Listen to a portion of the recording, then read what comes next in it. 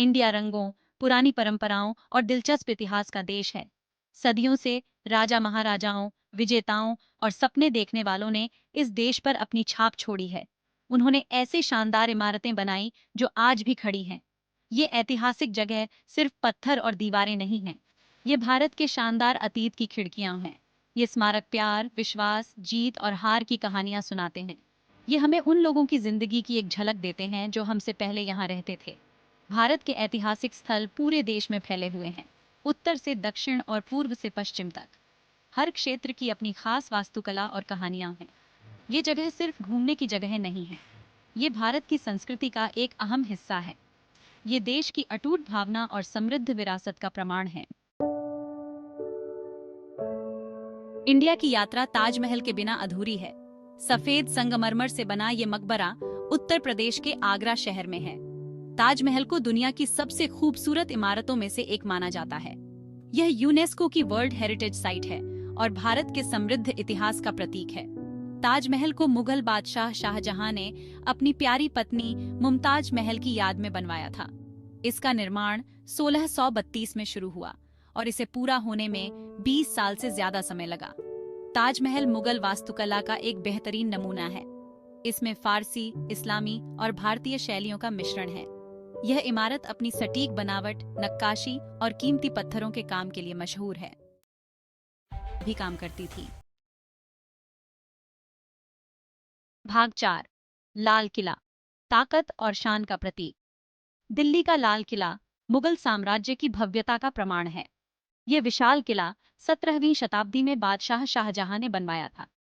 ये 200 से ज्यादा वर्षों तक मुगल बादशाहों का मुख्य निवास स्थान रहा। लाल किले का नाम इसके निर्माण में इस्तेमाल हुए लाल बलुआ पत्थर के कारण पड़ा है।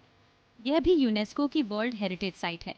लाल किला महलों, बगीचों, मस्जिदों और दरबार हॉल का एक विशाल परिसर है। यह मुगल वास्तुकला का एक अद्भुत नमूना है। किले की सबसे प्रसिद्ध इमारतों में दीवाने आम, दीवाने खास और रंग महल शामिल हैं। भाग 5, प्रसिद्ध जगहों से परे, भारत के छिपे हुए रत्नों की खोज। हालांकि ताजमहल, कुतुब मीनार और लाल किला निस्संदेह प्रसिद्ध हैं, लेकिन भारत के ऐतिहासिक खजाने इन प्रसिद्ध जगहों से कहीं आगे तक फैले हुए हैं।